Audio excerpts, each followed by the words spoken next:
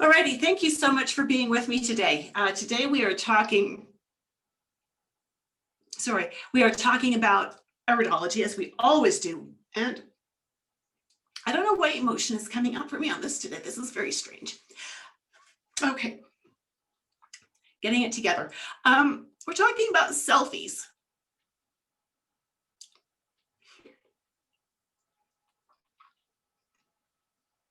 Okay, clearly this lockdown is getting to me. Many of you have been through lockdowns, and you've been through lockdowns as bad as or worse than what we've got right now. But now we are in a lockdown where we are not allowed to social gather at all. If you loiter in a shopping center, you get a ticket.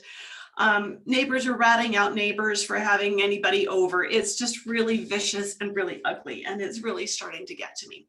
At any rate, we are talking about keeping our holistic health practices alive during all of this chaos and this nonsense and this overregulation and everything that's going on. And those are totally politically incorrect opinions, I know, but I'm suspecting that many of you feel the same way I do.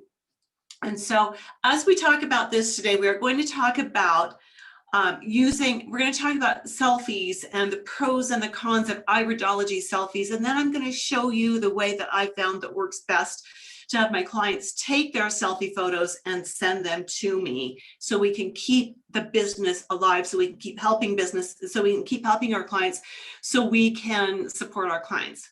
Okay, so are we all good with this? We're good so far. Those of you who are with me on Instagram, thanks for being there. You can see my screen, and those of you who are with me on the webinar can see that as well.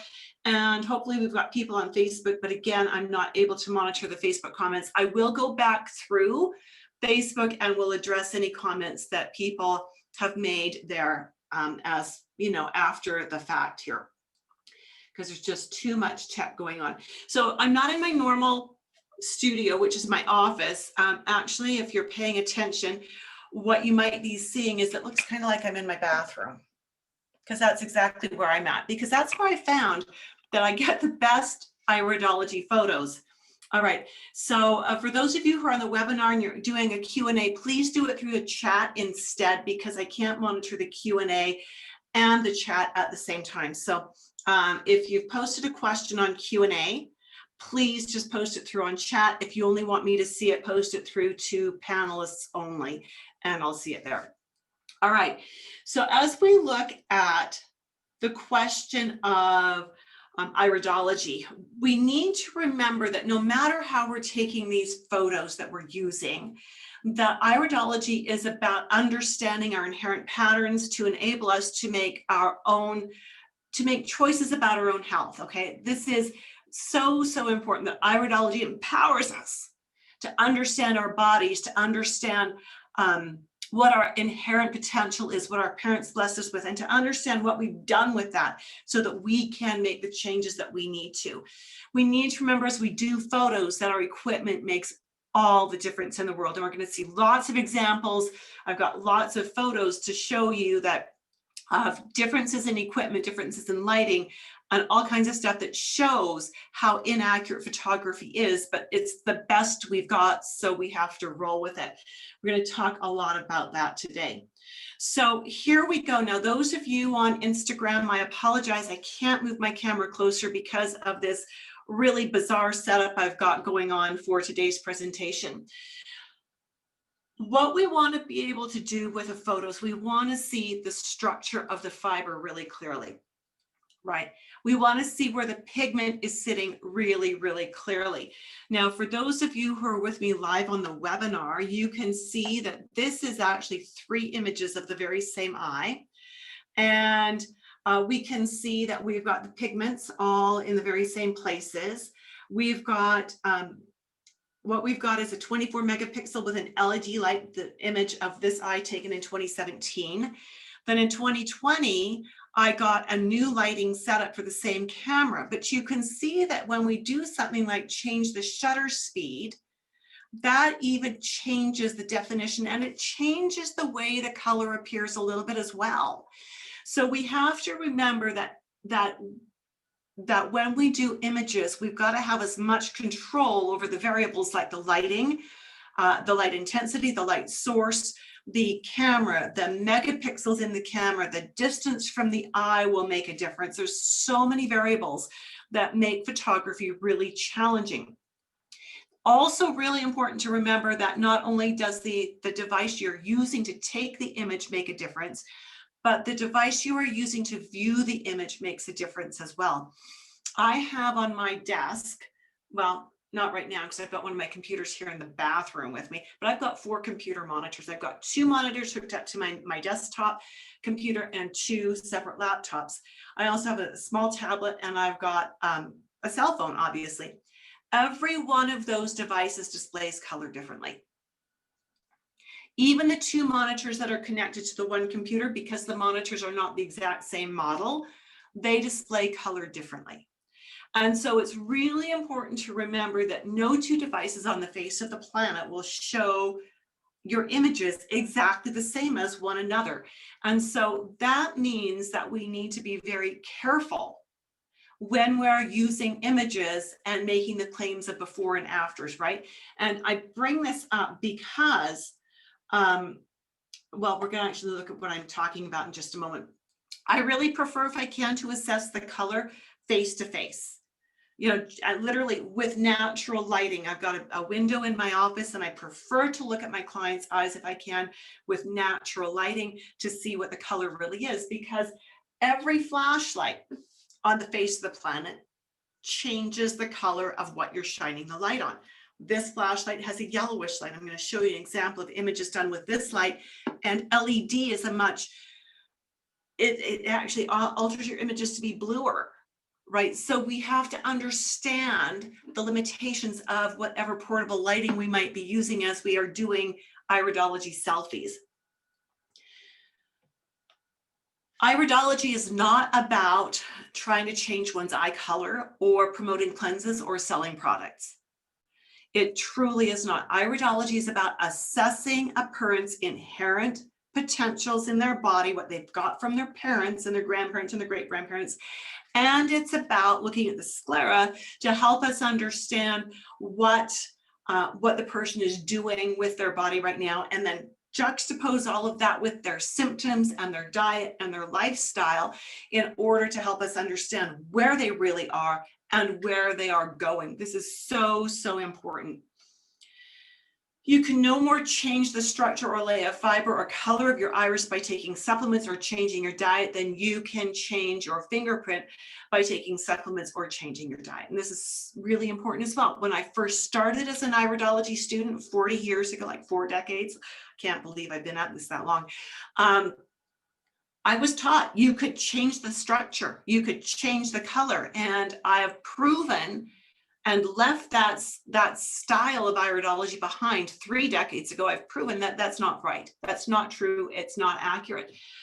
What we need to remember is the sclera is dynamic, and it does respond to changes in the diet, and it responds to, it shows us where things are changing in the body.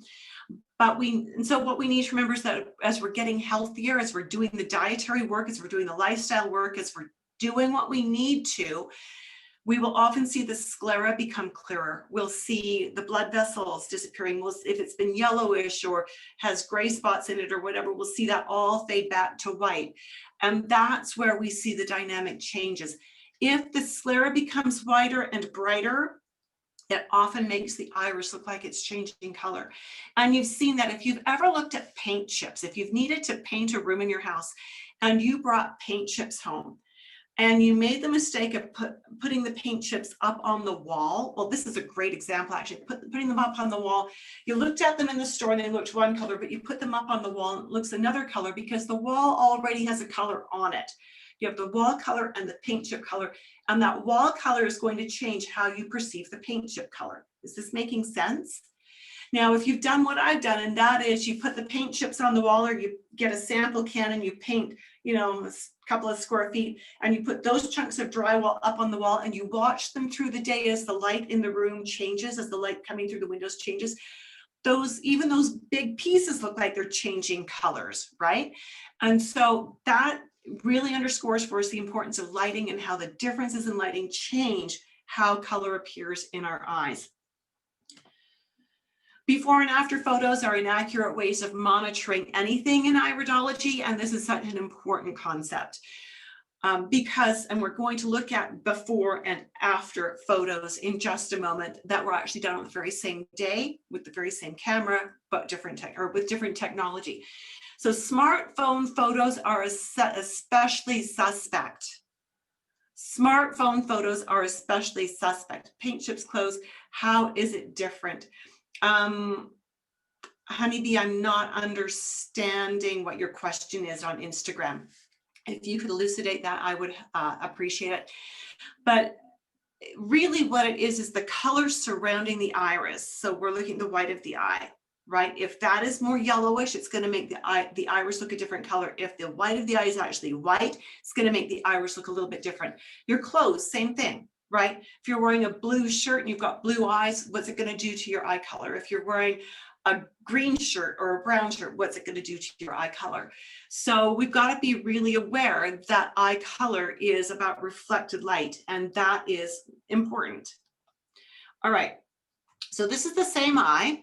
For those of you who are on Instagram, I apologize again that you can't see this as well. I'm going to try moving this phone closer for this part. Same eye, different camera.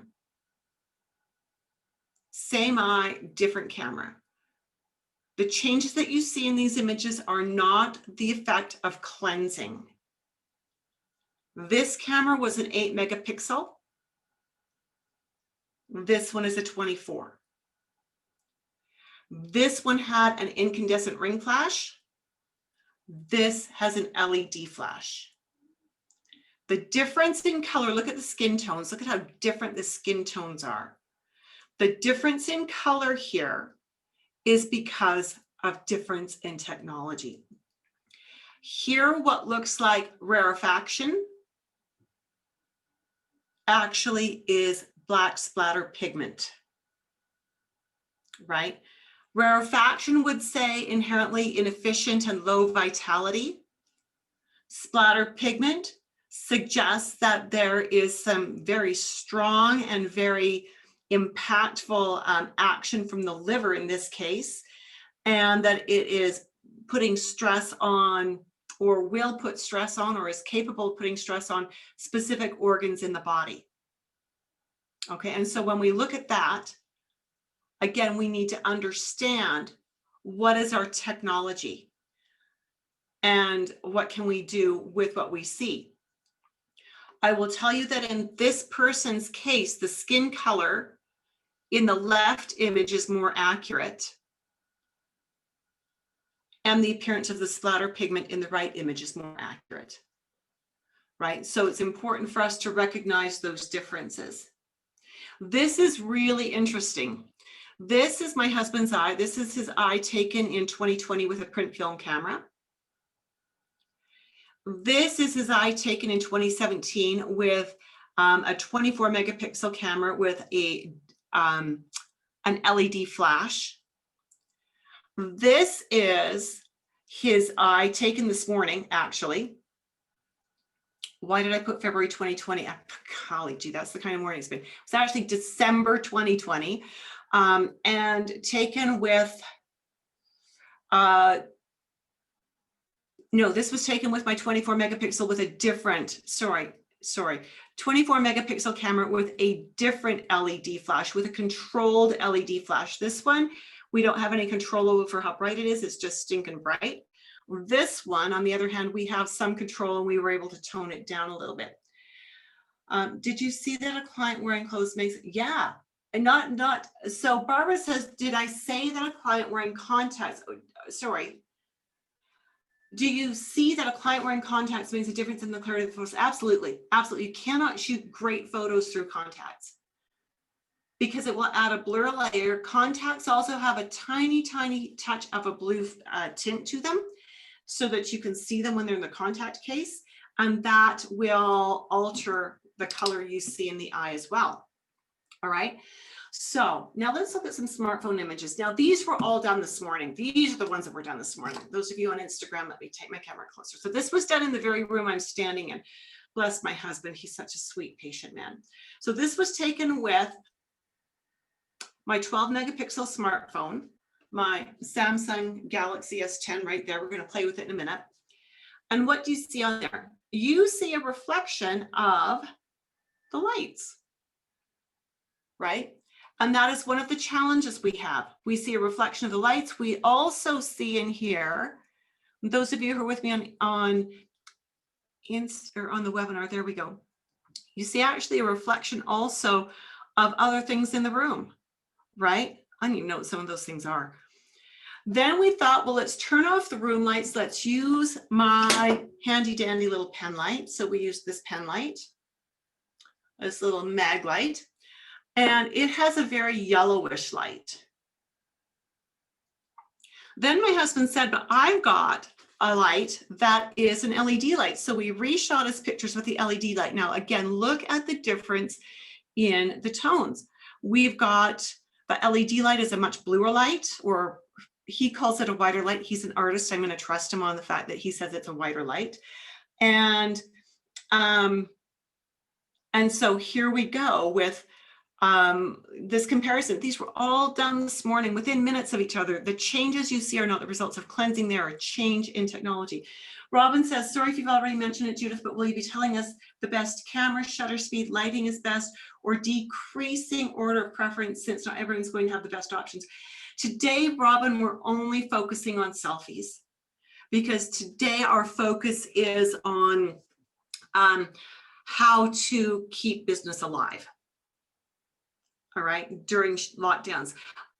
Robin, since I know you personally, I'm happy to have a private conversation with you if you want to purchase Iridology camera equipment to go over that. And I have sometimes done a webinar on that as well, but I don't do it often because it doesn't draw a big crowd. Okay, so Robin, reach out to me privately if that's information that you feel you need fairly soon, and you and I can set up a private Zoom meeting to talk about it. Okay, I'm happy to do that.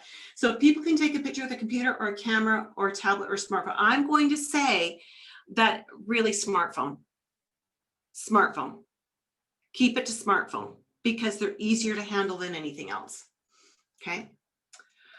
All right, so for those of you who are interested, I have posted one video on YouTube. I'm going to post this link in the chat section. There we go. A video on YouTube about how to get images if you've got some helpers. So if you've got someone who can work the smartphone for you, if you've got someone who can hold a pen light for you, what can you do to get decent images? So that's one resource for you. The one thing I would change since we shot that video is you really want to set your smartphone on about a 4x zoom. Okay, so that's your updated version for there. So today we are really looking at the concept of we want to be able to teach our clients how to take their own selfies with a smartphone, at least for the duration of our lockdowns and social distancing, right? After that, we have to remember that smartphones will never be as good as a proper iridology camera setup. Your smartphone is only going to be a 12 to 15 megapixel. You don't have control over the lighting and over the ambient lighting. If you've got a proper iridology camera setup, you've got control over all kinds of things from shutter speed to f-stop to the amount of light to just everything. So you really want to remember that what I'm teaching you today is only to get us through lockdown. All right. So what you need is they need a smartphone, something that has at least a 4x zoom and that has the highest resolution possible for their camera. So at least a 10 megapixel. I'd prefer a 12 or a 15 if we could get it. All right. They also need a mirror and a phone stand or some kind of something to hold their stand up or their phone up on. So now I'm going to turn the camera around. What I'm going to do is pop this around this way. So don't get seasick on me here, folks. Okay, because we're going to do this so you can see what I'm doing. All right. So I'm hoping that I've got everything aimed where we need it. I will try to monitor this. So what I've got is I've got my smartphone. I have this cute little stand. I think I got this off Amazon. You can probably get it at your local hardware store, your local camera shop. I mean, shop local, right? So get it as locally as you can. Just a little camera stand that comes apart and does all kinds of cool things. But you want this because when you're using a 4X zoom, every little wiggle shows up as a blur, right? And we don't want blur. We want something that's really, really clear. We're going to turn our phone on, set it up for camera, and we want the mirror because we're going to use the mirror to help us focus things.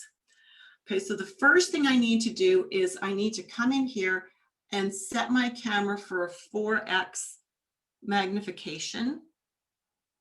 Okay, so we've got that set for 4X magnification. And I think I need to bring this camera back a little bit. I've got two cameras going here, one for the webinar and one for Instagram. All right, so, and I'm going to try to watch this. Okay, I think you can see what I'm doing here. So I want the camera turned so that it is actually, no, got that wrong. I want it turned this way. So I want it turned so that the front-facing camera is facing me. And I still need it on the 4X magnification. Oh my goodness, okay. Do you ever have those tech days where you just think, oh, good gracious, why is it saying it can't zoom in or out? That is not true.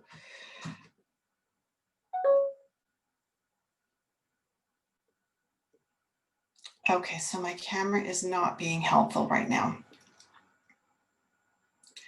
Just hang on, there we go. We've got that on 4X, that's great. Then on 4X, we turn it so that the front-facing camera is facing me, make sure it's nice and vertical.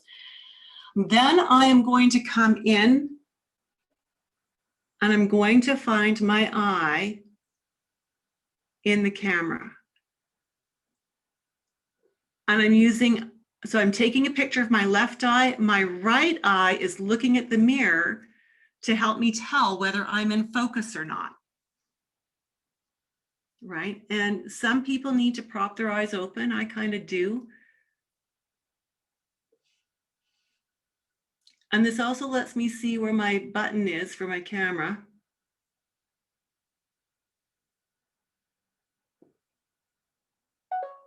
Okay. So let's look at what's right and what's wrong with this image. We've got an awful lot of interference, of light interference from the room. So what we want to try to do then is we're going to turn off the room lights and we're going to see if we can actually make this work with no room light, because we don't need all this light interference, right? So let's give this a go again. We're going to turn the camera around the right way. We're going to come in nice and close. And what we're finding is we're very pixelated. It's not going to work. I don't have enough light there. Can I do it with the other light in the room?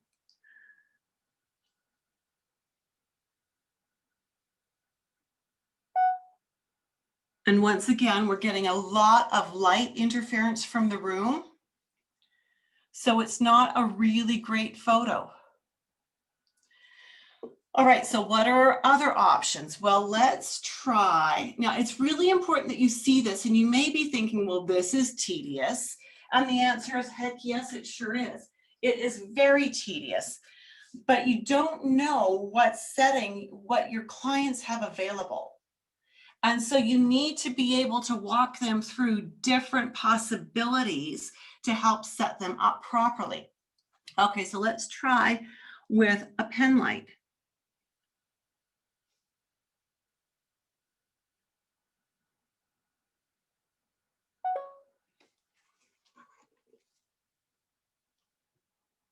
That one's not bad. That one's actually pretty usable.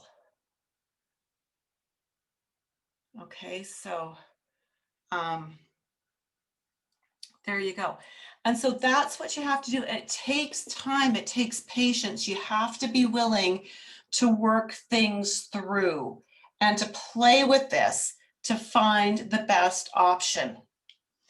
Okay, now what you're also going to have to remember with this is that your clients, you don't know what the light quality is of the light that your clients are actually using, right? You don't know if they are using a yellowish light or a white light or a bluish light. And so you're going to have to, when you then share the images with them back on Zoom, so they take their photos, they email them to you, you schedule your appointment, you go into Zoom, you share the screen with their photos on it, then you're going to have to ask them, knowing that their monitor is showing them a different color than your monitor, do they think their eyes are bluer or greener or browner or whatever than what you're looking at, than what you've got on the screen?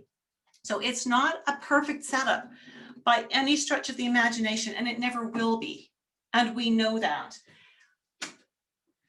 But we know that, right? And what that means is that we can at least have something to work with to help our clients and to coach our clients with. Now, one of the other things that we need to be aware of here is that a lot of people, when they do these selfies, they are not doing them as a practitioner teaching a client so that that client can be professionally and properly coached. They are actually looking for a free iris analysis. Now, I want you to stop and think for a moment. I'm going to pop that around again for my Instagram people. When we think about a free iris analysis, if you're not a practitioner, this is what I want you to be thinking about. And it's really, this is so important because we see this so often on social media platforms where people are posting their own iris photos and saying, tell me what's wrong. And they really don't have a solid grasp of what iridology is or how it works, or worse, they are believing the old styles of iridology that have been disproved, that they can change their eye color, that the eye tells them everything that's wrong right now. That is so wrong. So when they post this and they're looking for free information, does anyone here see a problem with that?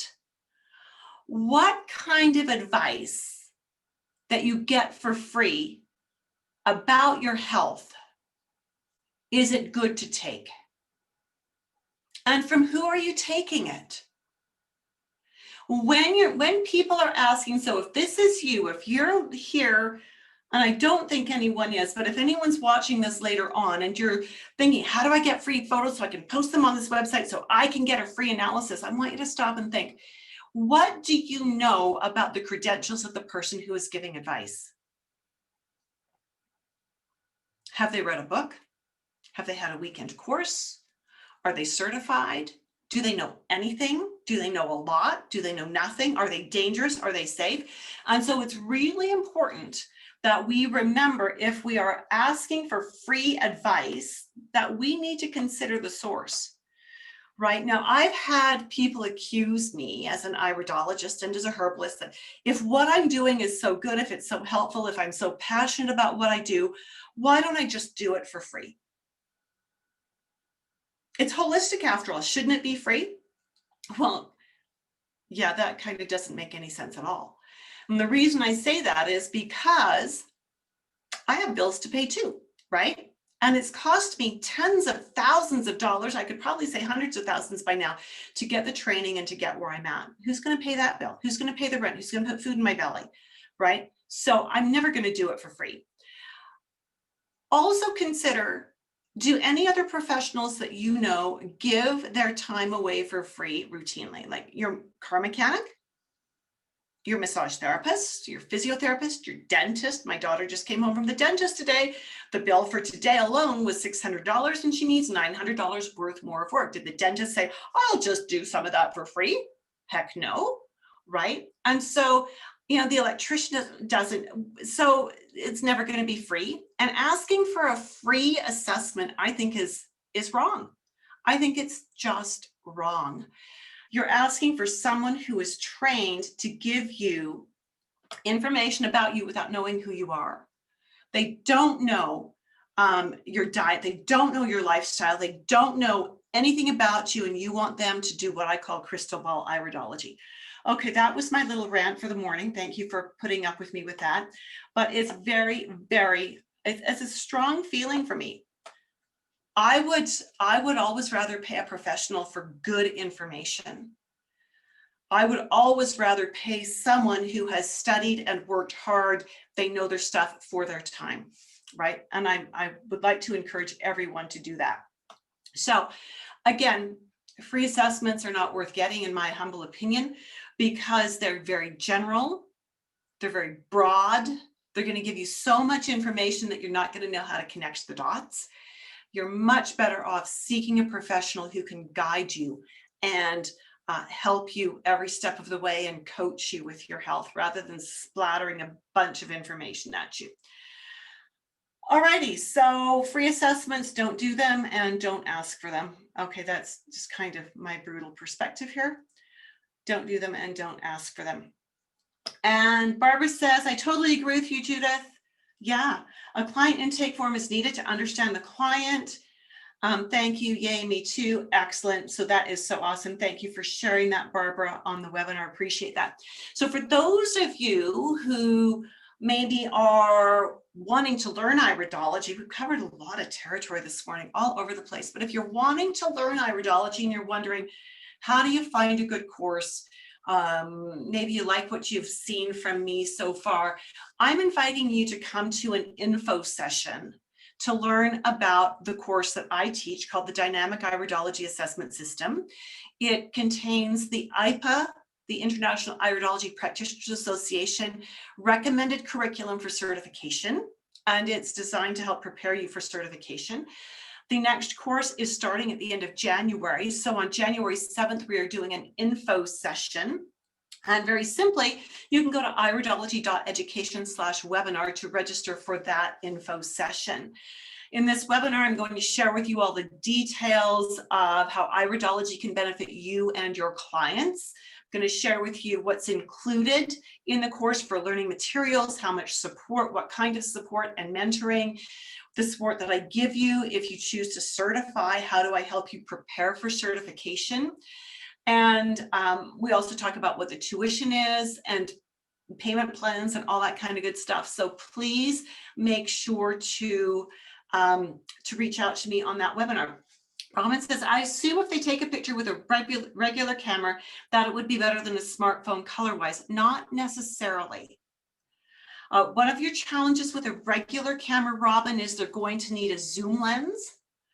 And they still are going to have the risk of all of the ambient light. So whatever light is around them is going to affect things. I found it's really hard to get, and I've tried. I had a little point and shoot camera that had a zoom lens, and we really tried to get photos, iridology photos with that at one point in time, and it really didn't work. The smartphone seems to be the best option. And the fact is that color-wise, even your point and shoot cameras or your digital cameras, they all have different tech.